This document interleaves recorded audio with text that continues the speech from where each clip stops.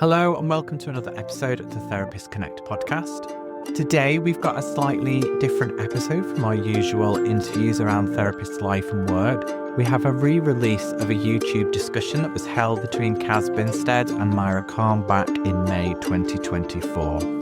I'll let Caz fully introduce the episode for you, but just wanted to highlight that just in case there's any reference to any events or dates within the episode, you'll know that those events are probably already passed and gone by us. So I hope you enjoy this episode as much as I did re-listening to it.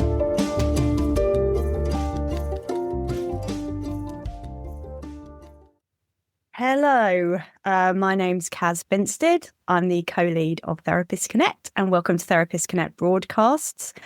I'm delighted to be here today with Myira Khan, the wonderful Myira Khan, who many people are going to know. Myira from her writing, from some of the work for the profession that she's done, also on social media where you kind of have hung out for quite a few years. So I am going to introduce you properly. Let me just change the view on my thing.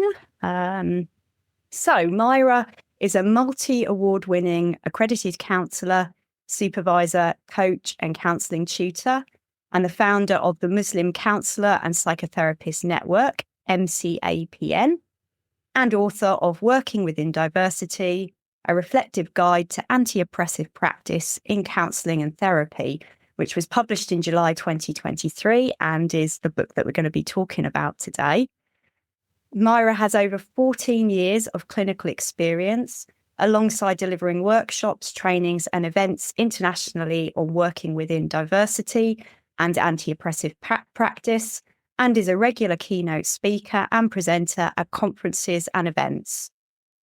Working Within Diversity, both the book and the accompanying workshop and training series, is a culmination of her counselling and supervision experience, alongside her extensive teaching and training experience delivering workshops on identity, culture and diversity to create a robust foundation and framework for anti-oppressive practice in therapy, supervision, coaching and all practitioner-led practices and professions across all modalities. As the founder of the Muslim Counsellor and Psychotherapist Network, established over 10 years ago, Myira runs the network for Muslim counsellors, therapists and psychologists, offering support, CPD opportunities and raising the visibility of Muslim practitioners. A visibly Muslim, ethnically minoritised, neurodivergent ADHD practitioner, Myira represents a diversity and intersectional identity within the therapeutic and coaching professions, supporting the establishment of diversity, anti-oppressive practice and culturally attuned practice within the profession, alongside promoting counselling and coaching to ethnically minoritised Muslim, neurodivergent and underrepresented, marginalised and intersectional communities and clients. So, as I say, we are delighted to have you today. So, here's the book. Maybe a good place to start there is why you wanted to write this particular book. Why this? Oh gosh, it's first of all, because it's such an interesting question in itself, because I didn't know what the book was actually going to end up looking like until I actually wrote it, if that makes sense. My starting point very much was being able to impart and share all of the content and material and thought and discussions that I'd already been delivering in my training and workshops that I've been delivering over the past X number of years, 10 years or so. And it was actually in the process of saying, right, let me bring it all together, that what I very quickly then established was, actually, this is a model, this is a framework, this is a really clear understanding of how we need to be and should be working. So in a way, I talk in the book about emergent process versus directive processes. The book actually became an emergent process in and of itself. So yeah, it emerged out of writing it, interestingly. Yeah, but that's great because it's a reflexive book, and you yourself, you were going through that process. Yeah, absolutely. And I intentionally, actually, I think that was the one thing actually that was there from the beginning of writing the book. The one thing I definitely knew with the book that I wanted it to be an interactive, reflective guide, like me being on that journey beside the reader and saying, right, let me support you through this journey. So that was the only thing I knew at the beginning about what the book was going to be. Okay. And then the rest of it emerged as I started to write it.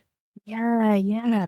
And because that was going to be one of my questions, why did you choose that particular style? Because just to inform people, I can possibly show people actually.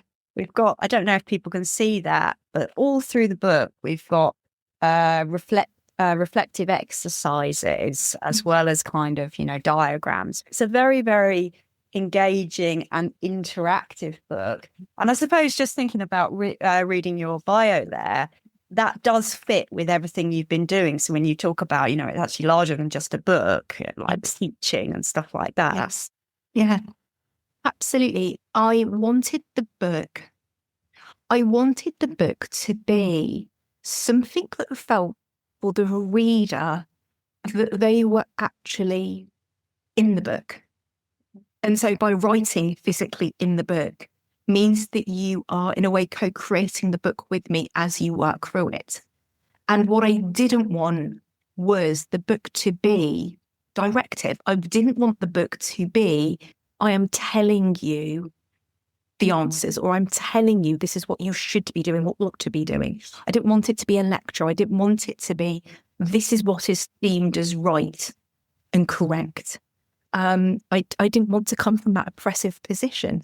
I very much wanted the book to emulate and mirror an anti-oppressive relationship by me kind of inviting the reader and inviting you to engage with what I'm talking about and presenting to you and helping you to think and reflect on. Yeah, absolutely. So it's one of the things I love about the book. I think you really succeed in doing that, by the way.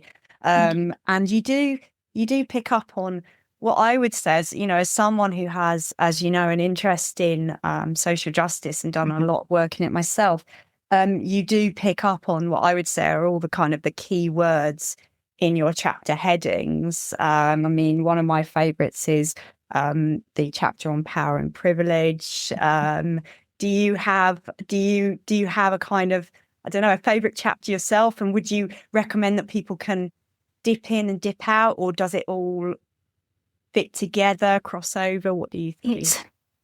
I think I've even written in the book actually kind of how to use the book, and it can be used either as working your way through it, or you can dip into a chapter, and if it then references something earlier on or in another chapter, it tells you. So, because essentially, as a quick overview, the book is like in two parts. Part one, the first half of the book, is presenting the actual content, concepts and material and framework. Part two then is very much about taking all of that part one and then saying, right, how do we then actually apply it into therapeutic, coaching, psychological, therapeutic practices? So even if you were to dip into anything in part two, having not read its sister chapter in part one, I kind of reference you back to it. So I wrote it again with this understanding of I wanted it to be accessible. I didn't want people to feel daunted by it and to open a book and only see text. There are diagrams and visuals and graphics, and as you said, those reflective exercises. So it was all of that was very intentional. In terms of my favourite chapters, I mean, an obvious one would be the chapter on the working within diversity model itself, because that in and of itself is absolutely brand new. It's a brand new concept, a brand new framework and model. First time ever it's been published and thought about, anti-oppressive practice in this way. So for me, the chapter on the model would be, the gem within it. Having said that, though, I think of then so many chapters, certainly in the part two section, where it's about how do you do this in the work. I so often think of those chapters really fondly as well, because that's what practitioners are looking for. Or how do I think about power and privilege? here you go, here's some tools, literal tools in the book, you know, identity wheel, scales of power, the spectrums of oppression. So I feel like throughout the book, there are dotted certain gems that I go, oh, if people are asking me about things, I'm like, go to this chapter or go to that tool, look in the appendix at the back. Like I, as I said, I've intentionally made it a book that practitioners can physically, practically use in their clinical practice. Yeah, absolutely. And I guess that's what we'd be saying to some of the viewers today, you know, actually a book such as this is going to be really, really useful in so many ways, but you're going to be able to apply things practically in your work with clients, but also, you know, larger within the profession. Yes. And I guess, you know, there's always questions, this question that comes up, is therapy political? Does politics come into our profession? So what would you say about? Short answer is yes. Yeah. I mean, it absolutely is political. Yeah. I write that very, very explicitly in the book as well. The longer answer to that is that therapy is political because therapy, the actual therapeutic practice side of things, but the profession more broadly, does not exist in a vacuum or a bubble from the rest of the world. So therefore, what gets brought into the therapeutic profession and practice is what is going on out there in the rest of the world. And the world is built on social, cultural, and political contexts and concepts. So every client we are working with, every supervisee we're working with, even in the training part of counselling and the students that we're supporting, tutors, all of our lived experiences that are being brought into these relationships, counselling relationships, supervision relationships, training relationships, any practitioner professional relationship, what is being brought into all of these relationships are our lived experiences out there, which all take place within this political context. We are shaped and informed by the political kind of temperature. We are influenced by what is happening out there in the world. And especially when I think about clients, when the purpose of therapy as a practitioner is to hold and value, contain and respect a client's narrative and lived experience, we have to hold and respect that narrative and their lived experience in that broader out there context. So therapy absolutely is political. And not only that, in order to engage and work from an anti-oppressive position, is to then recognise that we all exist within a framework of oppression, that we occupy positions of power and privilege, we also occupy positions of being oppressed. And so again, we have to recognise that that gets brought into the room through clients' narratives and experience, but also our relationships can often mirror that if we're not careful, if we are not being conscious about out there oppressive power dynamics. We're going to just recreate them in here. So on all lots of multiple layers, therapy is political, not only in terms of its context, but also in terms of its content as well. Absolutely. I wanted to pick up on your favourite part, the unique bit about this book. So I say I work with diversity. You say working with. You work within diversity. So do you want to just explain a little bit about the difference between those two? Yeah. So if I were going to really quickly kind of deconstruct the phrase working with diversity, when we say we are working with diversity, if we were to take a very simple analogy of a counsellor and client in the room, if a counsellor says that they are working with diversity, what they are doing is they are taking the label of diversity and they are attaching it to the client. So the client in their identity gets labelled as diverse. So in this respect, then diversity becomes the identity label. That is already your first mistake in that respect. The moment we say that the client is diverse, we are then saying that not only does diversity become the identity of the client, But by putting all of diverse identities and labeling them with the client, we are then indirectly saying that if the client is diverse and different, it becomes a comparative term in relationship to the counsellor. So if the client is diverse and different, they have to be diverse and different from somebody else. And who do they become diverse and different from? The counsellor. Yeah. But if all of the diversity sits with the client, who does the counsellor become in their identity? What that actually does, maybe unintentionally, unconsciously, is that the counsellor then, in their identity, gets positioned as being normative, centred and neutral. So just by saying that we are working with diversity, we have placed all of diversity in any type of difference with the client, and we then, as the counsellor, have positioned ourselves as neutral, normative and centred in our identity, whatever our identity is. So straight away, we've set up an oppressive dynamic. We have minoritised, marginalised and othered the client. Whenever I describe that, I always think of the metaphor of, the English blue heritage plaques that you see on the side of buildings. So-and-so famous lived here. Diversity lives here then with the client. And the moment we do that, we've already made our first mistake. Yeah, it's folks, really take this in, okay? The first time I heard this, I heard you speak at I can't remember. I mean, obviously I went to your book launch, so I heard you speak there, but I think when I really took this in, I was watching you at some seminar or something, and I was like, that is absolutely so true. And it's such a simple way of being able to describe it as well. And I suppose it also really challenges that that notion that comes up when maybe people say therapy is not political and that we should remain neutral. Yeah.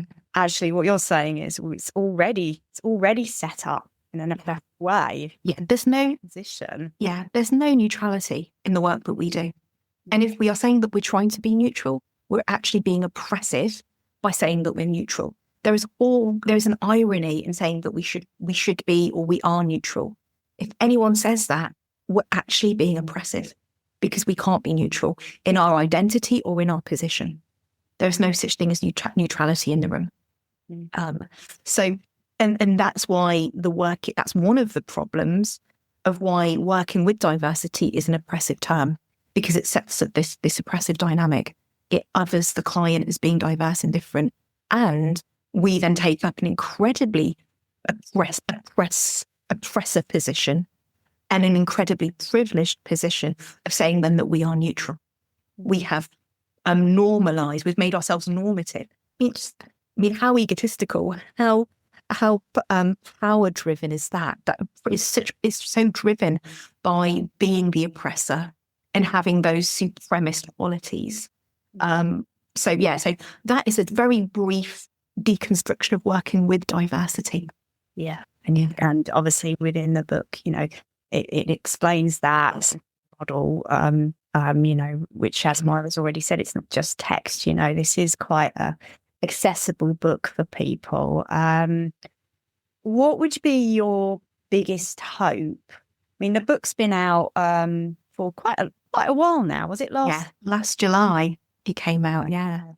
So I don't know what you've seen, what you've heard from people. What was your biggest hope for this book?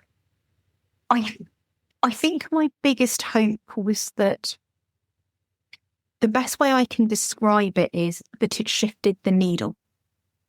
In that if we have been so entrenched in working with diversity and an incredibly normative position, actually, of thinking about working with diversity, and we took that as standard on training curriculums and in trainings and the concept of it. What I wanted to do with the book was hoping that it would nudge the needle slightly over into working within diversity and understanding truly and fully what anti-oppressive practice actually means. And they are mutually exclusive. Like, you cannot say, oh, I'm anti-oppressive and I work with diversity. The two are mutually exclusive. So for me, it was about, can this book nudge that needle into getting people to really take stock of how things have been taught previously and traditionally about the concept of diversity? Because I just don't think it's ever actually been deconstructed or questioned or challenged in such a way before. And so, yeah, my hope was that it nudged the needle, and I think it has done that to a degree. Yeah, good stuff. Well, I always see that you're going places and kind of doing workshops and doing teaching, and I guess you and I, we talk sometimes about how we've had quite a lot in common. I mean, we're both ex-booksellers, but aside from that, we've both kind of been internal in a membership body as volunteers. We've both done teaching and things like that. And I think we both agree that there's a lot of work to be done in our profession on this stuff. Do you have hope that things can improve? I mean, obviously you mainly write and talk about, race, ethnicity, faith, but you're this book, it does take, a broader view of, working within all forms of diversity. But yeah, how hopeful are you that things can change? I am hopeful. I still think, though, if I was to go back to that metaphor of nudging the needle, I think we're yet to get to the point where we haven't yet got to the tipping point of it. Like, we still need to work hard to keep nudging it. But I do think that continued efforts to continue to work, between us collectively, talk about issues around social justice, to talk about anti-oppressive practice, and to recognise that happens across all levels of the profession. I think if we continue to challenge that, hopefully we will get to the point where it's that tipping point where then, okay, now that becomes the more common practice. Right now, it feels like, in order to say you're anti-oppressive, in order to say that, yes, I do work around social justice and that I work within diversity, it feels like it needs to be a very intentional and very proactive stance to take against the norm, if that makes sense. But I'm hoping that actually in time that becomes the norm itself, because actually, if we think about anti-oppressive practice, that for me is actually ethical working. If we look at the ethical frameworks across all professional bodies, actually working within diversity and anti-oppressive practice is to be working ethically.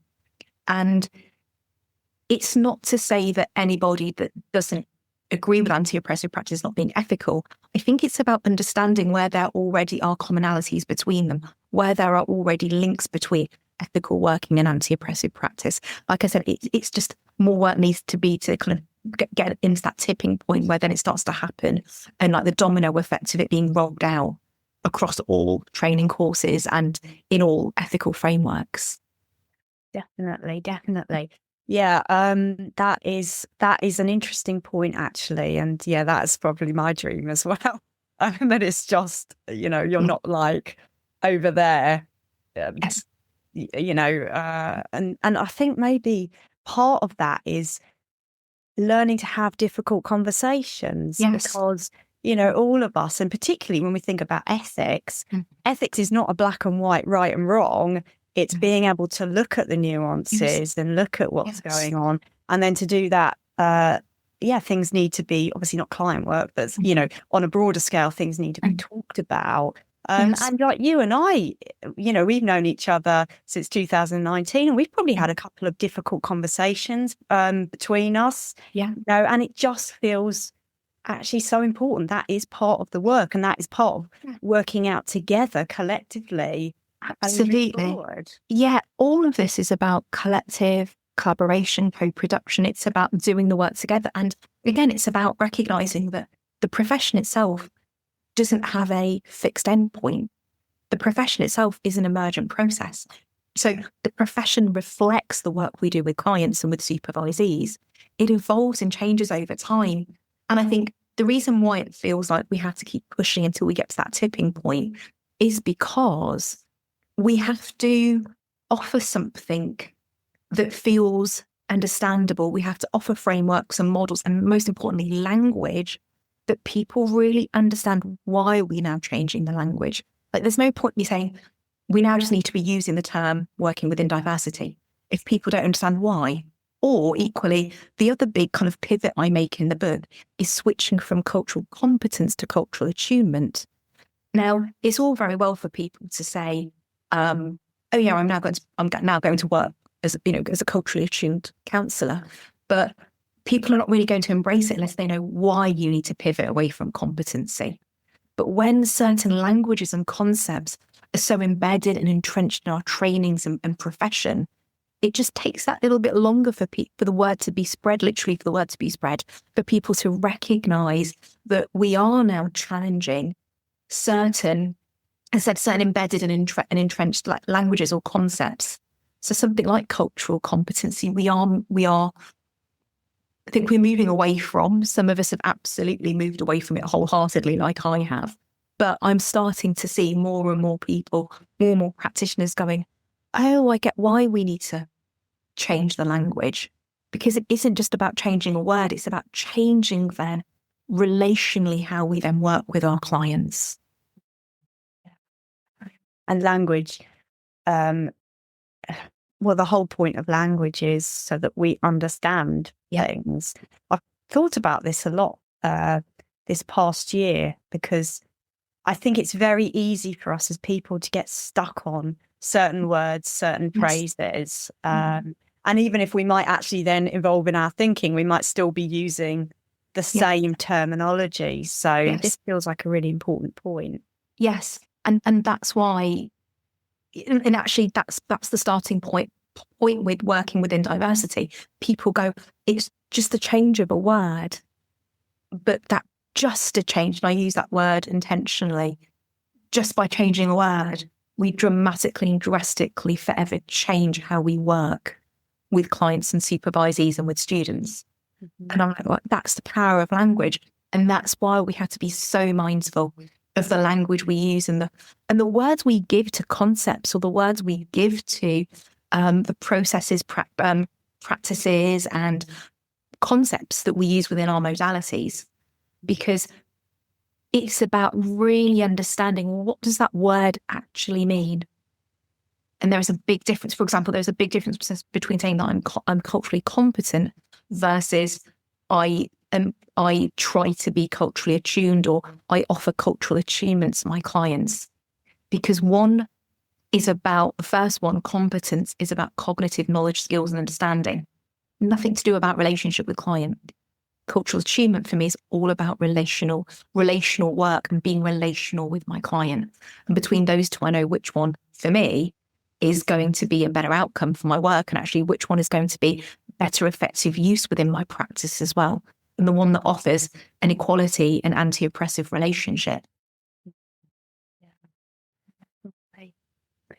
So, are you able to say what you are working on next? Do you want to do, or what's going on? What can I say? So I've actually currently got 2 different book projects on the go at the moment. One, what can I say about each?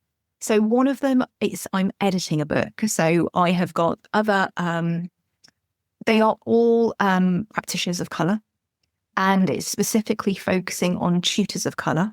And I'm editing a book on that. And so we're right at the moment in the stage of contributors writing their chapters.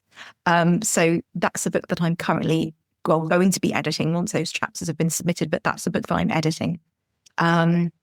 So I'll be working on that this year. And then simultaneously, I'm also now working on, in my mind, what is book 2? So my own, my next book, which is going to, so in working within diversity, one of the final chapters that I'm actually really passionate about is anti-oppressive self-care. And so book 2 is going to be building upon that concept, and it's specifically going to be for Muslim clients and Muslim audience. Having said that, though, the content's applicable to anybody. However, I'm placing that within or referencing certain Islamic knowledge and understandings and contexts. However, what I'm actually going to be talking about in terms of self-care and well-being is going to be applicable to everybody. So that's book 2. Wow. Well, you are a busy person. Both those books sound absolutely wonderful, though. I was just thinking, I mentioned training earlier, so that one that you're editing, I'll be really interested because I think there's a lot of work. I mean, see, I don't know the ins and outs of it, but there's a lot of work to be done and things to be thought about in the training field. Yes, absolutely. And for me, with the edited book that's inviting tutors of colour to write, that are currently writing it, to me it was really important that tutors of colour have a platform not only to share the amazing work between them that they all do, also to platform and to highlight the experiences of tutors of colour. Having been a tutor of colour myself, and I continue to teach in terms of delivering trainings and workshops and such, that experience needs to be captured. That experience needs to be shared and understood so that tutors of colour can be better supported, and can be better understood in terms of their lived experience of being a tutor of colour. Because as really what we've been saying kind of this whole interview is, it isn't just about the work we do with clients, but actually the profession itself is political and cultural and social and historical. It has all of these layers and context to it. So it's not just about thinking about just the client. It is thinking about, as practitioners, in all the different roles we might have in our portfolio working. Actually, it's to acknowledge that we then have different experiences in each of those roles. I think that's just so important to highlight. It's really, really, yeah. I'm gonna look forward to reading that. And the second one, so now let me see if I can get the acronym right. MCAPN, is that yours? Yes. So how might Muslim therapists find out about that organisation, and is there anything you'd like to say about that? Well, really briefly, the MCAPN, the Muslim Counsellor and Psychotherapist Network, two aims. One is to absolutely support Muslim counsellors, therapists and psychologists, and they can be either in training, so as long as you're doing like that minimum level 4, as long as you're in core training, or post-qualification training, or you're qualified and registered with a professional body, you can then join the network. And we offer lots of support to practitioners, such as we have a peer CPD program, we have a peer supervision group that meets monthly, and it's like a drop-in, you can come to any one you want each month. And then we have like our members WhatsApp group. So lots of ways to connect and to be supported and resourced through either your training or once post-qualification.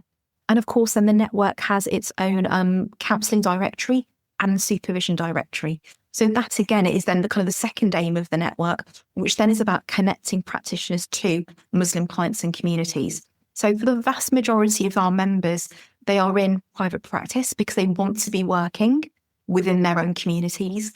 And so the counselling directory and supervision directory were just really obvious ways just to connect all of that work together. So you don't have to be in private practice to join the network. You can join the network and gain all the other benefits as well. But details of all of that are on the MCAPN website, which is very simply mcapn.co.uk. And we're all over our social medias as well. So you can Google and find us very easily. Great stuff. Well, hopefully you'll gain some members from people watching this. So is there anything we haven't talked about that you would really, really like to say? Now hold the book up whilst you're answering. People can remember. I think the main thing for me is that with this book, it's an invitation to readers to engage in a topic that, if you haven't come across thinking about anti-oppressive practice or working within diversity before, I'm really hoping that with this book, it's an invitation to gently guide you through what this topic and theme is. The biggest intention for me, like you said earlier, Caz, it was about making something that can feel incredibly overwhelming and scary and quite fearful to want to kind of dip your toes in. I'm kind of taking you, guiding you through that very kindly and gently. And I hope then people see this book as a resource to go to gently support them in their learning, growth and development in becoming anti-oppressive practitioners. Yeah. Brilliant. Well, folks, I hope you've enjoyed our chat today. I want to thank you so much, Myra. I know you're really busy. I really do know how super busy you are. So it's great to have you here at Therapists Connect. So thank you for giving your time and for writing such a wonderful book. I'm going to look forward to viewing all the work that you've got coming up. And thank you. Thanks, Caz.